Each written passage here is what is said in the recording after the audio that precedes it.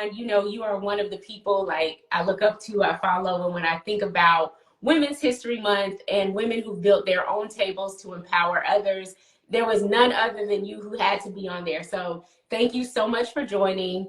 You do so much. Your work is so expansive. So please introduce yourself, tell the people who you are and what you do, and we'll get into this quick conversation. Sure. So thank you so much, DeAndre, for having me on. Happy Saturday, ladies. I'm so happy to be here. So I am Dr. Shinika McKiever, and I'm the Chief Creative Officer of the McKiever Group Creative Company. And like she said, it's kind of hard to explain what we do because we do so much, but I think that's what makes us great, right? So essentially, in a nutshell, I use creativity, strategy, and leadership to help you solve complex problems and break down information into actionable steps, whether that's capacity building and strategic planning for nonprofits, or creating culturally inclusive leadership development experiences that center lived experiences for corporations or nonprofit or executive leaders, as well as working with nonprofits and small businesses to just streamline processes. So we do a lot, but it's really around helping you develop strategy that aligns with your core values of your organization and that is intentional and purposeful in order to meet your goals. Thank you. And so when you say all of that, one of the things that you really talk about is leadership, and you really talk about diverse leaders and women in leadership. And one of the things I've appreciated about following you, getting to know you, because I want to shout her out, because when I started my business, like I was just there, I was meeting different people, but I was kind of a little shy because I didn't know the space well. And you were like, girl, let's just go to lunch. And right. You were so like just open arms. And anytime I needed to tap you or needed advice or said, oh, I really need to pay for this service from you, you're like, girl, just jump on my calendar. And so you're just always so open. And your story, your leadership journey is always like just an open book. So when we talk about what's going on with Black women in leadership at this moment in time, and for those who are not aware, there is a lot of conversation about the workplace and about the just history of Black women leaders, how we're able to show up, who feels safe showing up authentically. And me and you had a great conversation about authentic leadership. Is it safe to show up authentically? Mm-hmm. How do we step into that and just carry it with us, with everything, with all the noise going on around people who may not, or environments that do not increase safety, or necessarily clap for us when we show up authentically, even though our results show that our type of leadership works. And so can you speak to how you approach leadership development, and specifically for creating safe spaces where people can show up authentically and areas can also embrace how their people are showing up as leaders and build the leader within them?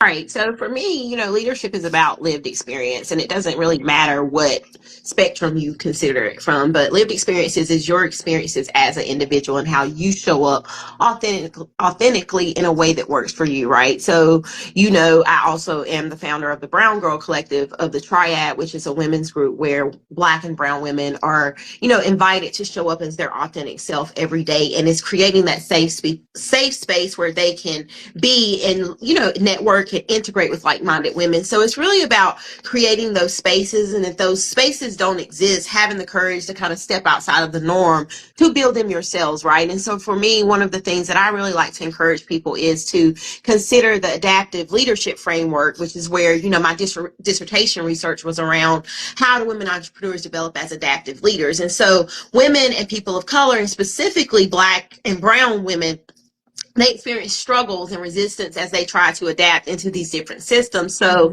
the skill set or the leadership framework of adaptive leadership, which involves ability to manage knowledge, creating synergy, adaptive vision, and I'm missing one, cultural competency, right? So those 4 skill sets allows us to, build resilience and grit to adapt into these systems of whether it's institutionalized racism or systems of white supremacy culture, right? So we're able to adapt because these systems aren't designed for us. So even when you think about leadership for the perspective of Black and brown women, I always say sometimes you have to throw certain things out of the window, right? So thinking about like imposter syndrome, how can you be an imposter in a system system that's not necessarily designed to benefit you, right? So that's kind of, different language, or considering that Black women, they do deal with the duality of being black and female. So that intersection creates a certain level of challenges. So when you speak about leadership for us, it's about penetrating the concrete ceiling, versus white women have to, you know, break glass.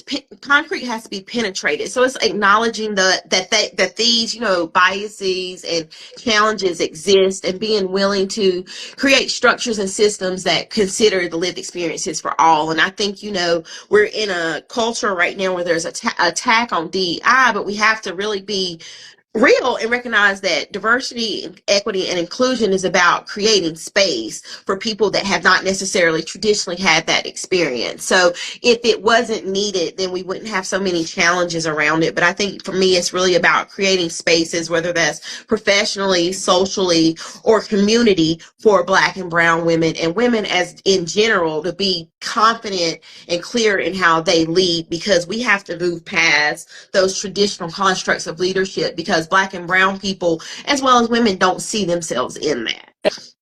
Thank you so much. You said we could have a whole episode based off of your answer there. I love the adaptive leadership framework. I love how you share those steps, and also talking about the concrete ceiling versus the glass ceiling, which Right. I've read about it, but the way you described it is true. And it's true in a lot of experiences, when we try to show up as leaders. So what would you say, because I know you speak to a lot of young women, you talk to a lot of new professionals, mid-level professionals, senior professionals. What would you say to women who are struggling with that confidence piece? Like, they've recognized that they're leaders and they know there's this new space to break into. And I'm speaking to who I was probably a year ago Right. when I met you, right? Like, just struggling with the confidence of, am I really supposed to be stepping in and creating this space? Am I really gonna be okay in this space? When I show up this way, what happens? So what do you say to women who you're seeing, especially Black and brown women, who are emerging leaders, who have it, but they're just struggling with that confidence piece to really trust themselves? And Right. So I think you have to show up, but recognize you have to show up in a way that is safe for you around your sphere of influence. So, be willing to stand for what you believe in and what you feel is right and wrong, and fight for yourself, right? And that's not necessarily being combative. So one of my advice that I love to give women in corporate is keep like a brag sheet or a brag file where you keep track of all your accomplishments in that job, because a lot of times, let's just be for real, and in the comments you can drop, yes, I do this on that job. How many of you have done multiple jobs outside of your role and you're not getting paid for it? So, and then when you get to your performance review, they play in your face. So, be confident in saying, yes, I did this, and I had quantify your results. So this, cost the company this because, or saved us resources because I was able to do this. Like, articulate your talent and your skills, and be willing to show up in that space, because I'm gonna tell you something, like, life is gonna pass you by, and God put a purpose. And if you're not spiritual, I apologize, but God put each of us on this earth for a purpose, and you have a talent and gift that you're supposed to share with this world and show up and walk in that purpose. But you have to cultivate and activate that talent. So don't let life pass you by because you're scared of failure. And I'm not even going to say you're scared of failure. You're scared of success. Like, what if this works? Well, guess what? If God called you to do it, he's going to equip you with those tools. So you just have to learn how to, again, being confident is not being arrogant. And if you're not, people will walk over you. So it's about establishing boundaries and really knowing, having that awareness of self and taking time to sit with yourself to really understand, what is it that I want to do? And if I died tomorrow, what would my legacy be? Like, I could say I've lived a great life, but just be willing to keep track of your brag sheets, be confident in yourself, do things that you love, and be unapologetic in how you show up. And my last piece of advice for the women that may be in the workspace and are struggling is, you know, I used to call it, sometimes you have to put your face on, go to work, do your job, and go home. Like, these people in these jobs are not your friends, and these companies are not necessarily loyal. So do what you need to do in your job, but then go home. Don't take that work home, because nobody's ever going to be like, oh, I wish I worked more. Like, spend time with your family and really be grateful for the small things in life and what matters, and show up in that and purpose. And when you show up like that and you fall in love unapologetically with who you are, nobody can tell you about you. And one of the things I've learned is like, um, other people's opinion of you, it doesn't matter. The only opinion that counts is your own. And so sometimes we have to recognize that we can be the challenge or the barrier in our own way, and be willing to release the things that no longer serve us and get out of your own way, but also be willing to take that risk and that opportunity on yourself, and find opportunities in your own challenges. Thank you. And again, a whole other episode in itself. What I appreciate about that is, one, the brag sheet, because I realize sometimes we're just, especially high performers, we're just ready to go, go, go. And Right. so we don't even realize that we're doing above the level of whatever job we're in, because we're high performers, we're operating in excellence anyway. And so we don't even see those things as accomplishments. And Yes, that's and what here's the point there. This, before I forget, with high performers, sometimes you got to stop and enjoy. I'm so sorry, I got sinus issues, no, allergies. no, Enjoy don't the apologize. Bring us through. enjoy the moment of where you're at in that accomplishment, versus checking that box to run off to the next thing. Hmm. And That's so important. yeah, you want I just want to make to say that more point. on that? You look like that one hit your soul. Did you want to say more on that? I mean, it's like, we get so caught up in like the accolades and accomplishments, and I'm going to do this and I'm going to do that. And we just don't, sometimes we're not present in, wow, like, look how far I've come, or let me appreciate what, God blessed me with, versus like, oh, I need to go do this next thing. Because I think J. Cole has a song about it, and I can't never ever remember the verse, but it's about, if you keep chasing the next thing, nothing's ever going to be enough to satisfy you, because you're constantly going to be looking for validation and gratification in accomplishments or awards or accolades. Hmm. Yeah, I agree. And I think that's sometimes where the high performing comes from, is that like space of chasing that. And Yeah. so, but also, and being able to realize that like this is the actual accomplishment that I need to put on my brag sheet. Because Right. what I've seen so much is, especially talking to young professionals, I'm like, why isn't that on your resume? Why didn't you talk about this?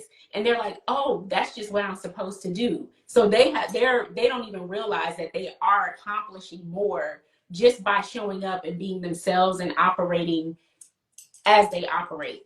And so I really love the brag sheet, because I've done it before, but I didn't call it that.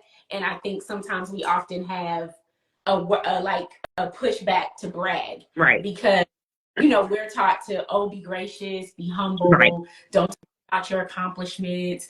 And it's like, no, I'm going to talk about what I'm doing great, how I shine, where I shine, and I'm going to align with those things and know that my purpose is greater. So I love that you said that.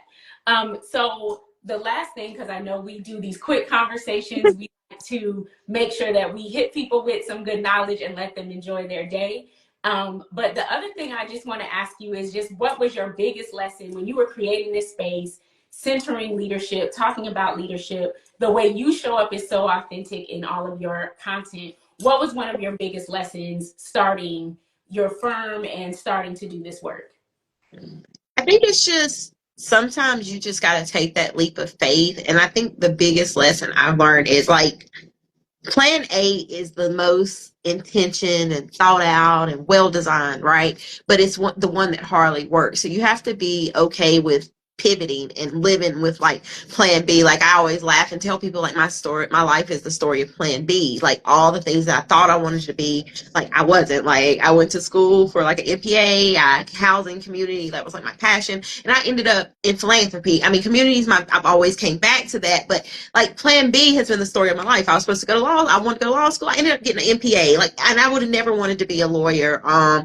I thought when I got my PhD, I was going to transition into kind of a learning and development space, but I ended up, transitioning into full-time entrepreneurship just because I was in a space where, I felt like I wasn't necessarily valued, or it wasn't where I wanted to be. So, you have to be willing to show up for yourself and be willing to take that risk on yourself and be confident and have the faith that when you take that leap of faith on what you intend to do, that it's going to work out. And just be cool with recognizing that if it was easy, everybody would do it. So you're going to have some struggle along the journey, but it's only preparing you for what lies ahead. So, just believe in yourself, because if you don't believe in yourself and what you're capable of, nobody else can believe in it for you. So, that would be my key takeaway, is just, be willing to take the risk, be confident, fall in love with who you are, and set realistic goals for yourself. Like, I'm a planner, like, plan it out, but be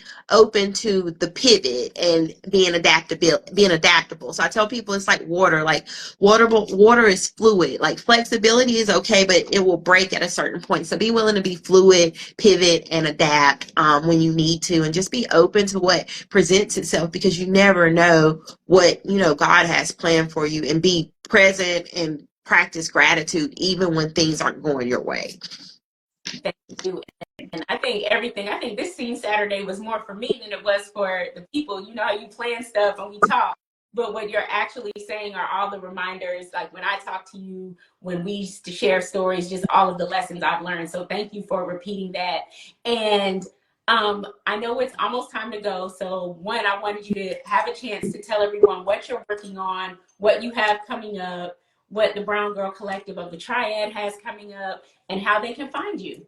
Yeah, so we have some exciting things coming up. So first of all, I am accepting new clients for April and May. So if you're a nonprofit, you're a corporation, you're a small business or individual that just needs help with creating a strategy or doing strategic planning or having a conversation around auditing your current processes to figure out what works and what doesn't, hit me up. I also do a lot around kind of helping content creators come up with a digital content strategy, whether that's do it for you or giving you some different tools. And what I'm really excited about is I'm launching a template library in the next few weeks that we'll have some nonprofit templates that, again, do it for you. If you're not, where you're ready to hire a coach or work with me directly or invest in one of our more, higher end courses, we'll have some digital templates that you can buy for download, and they'll be available for instant access. So we have that coming up. That'll be for nonprofits, kind of capacity building, grant making, fundraising, and then small business around kind of different project management and strategic development tools.